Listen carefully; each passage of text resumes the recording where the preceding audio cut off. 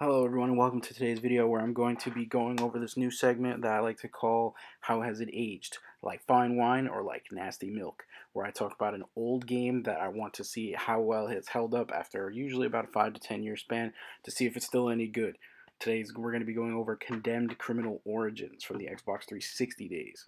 And because I hate long intros, we're going to get straight into it. Let's talk about the graphics first. Graphically, the game is kind of ew, especially the facial animations of the characters is not great. I'm not gonna lie to you, but it really doesn't matter. It's only during cutscenes that you really notice it, and most of the time the game is dark, obviously because it's a horror game. So and textures aren't the greatest, but it's more than doable for today even because the lighting in the game is so good that it hides most of the problems that you would ever find. The atmosphere of the game is absolutely amazing. So it's perfectly fine for today's standards.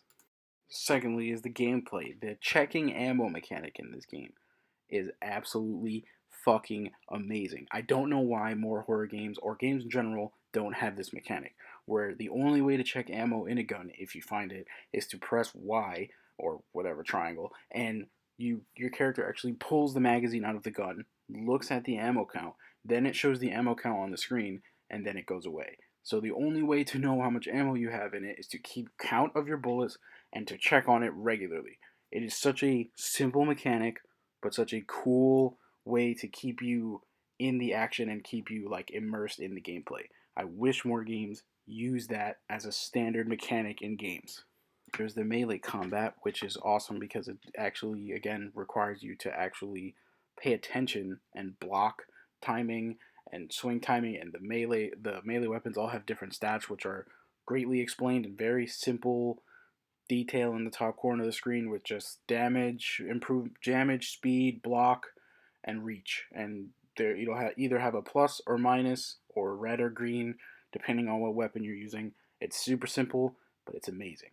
And I think this game, again, as a horror game, I also recommend playing this game if you are a person who likes horror games and misses the days where you had a horror game that had actual combat instead of just running away and hiding, where it's, like most horror games now, like since Outlast Syndrome basically became a thing. I miss these kinds of games. I really recommend everybody play this game.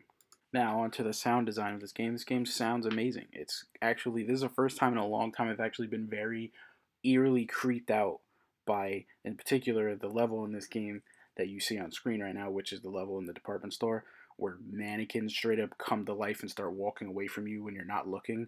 It's the creepiest.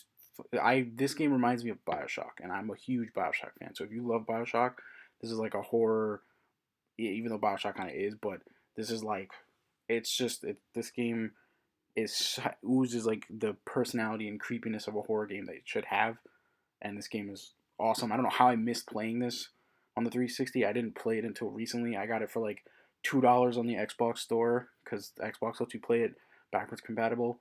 This game is absolutely amazing, and it should be played by everyone. The last part of this is the story. The story is great. It's compelling. It's well voice acted. Everything is entertaining. It makes sense. And the best thing about it is it's not overly long.